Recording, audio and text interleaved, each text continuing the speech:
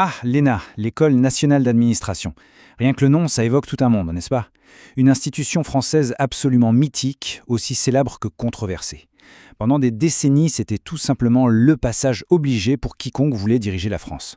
Et puis, coup de théâtre, en 2021, elle a été supprimée. Alors la question, elle est sur toutes les lèvres. Pourquoi?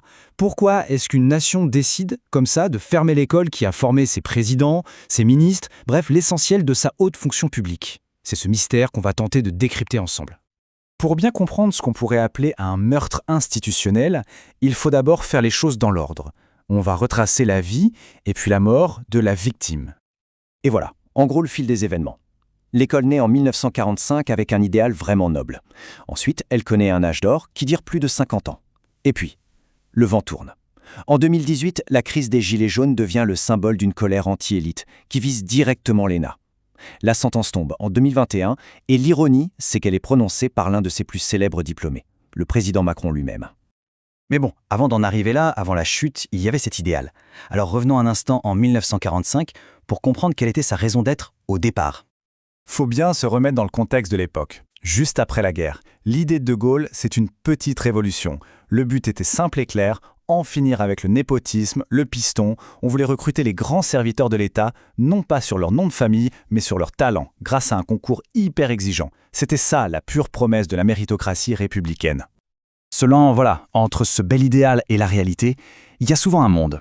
Parce que l'ENA va très vite devenir bien plus qu'une simple école, une véritable fabrique à élite. Et tout, vraiment tout, part de ce chiffre. Environ 80. Juste 80 diplômés par an. C'est minuscule. Forcément, cette sélection extrême a tout de suite créé un sentiment d'exclusivité, l'idée d'un petit club très très fermé qui allait pourtant décider du destin de tout un pays. Alors, ils vont où, ces fameux énarques, une fois diplômés? Eh bien, la réponse est simple. Partout. Partout où il y a du pouvoir. Ils ne restent pas seulement dans l'administration. Non, ils irriguent tous les centres névralgiques du pays. Les grandes entreprises, qu'elles soient publiques ou privées, et bien sûr, la politique. C'est un réseau d'influence qui n'a pas d'équivalent. Et si ce n'est toujours pas assez concret, il suffit de regarder cette liste. 4 des 8 présidents de la Ve République sont passés par là. Valéry Giscard d'Estaing, Jacques Chirac, François Hollande, Emmanuel Macron, tous sont des énarques. Quand l'école qui forme les hauts fonctionnaires forme aussi ceux qui les commandent, la frontière entre l'administration et la politique devient, disons, très poreuse. Et c'est justement cette concentration de pouvoir, cette omniprésence qui va mener l'école tout droit sur le banc des accusés. Alors regardons un peu les chefs d'accusation. En fait, tout le procès d'Elena tient dans ce grand écart.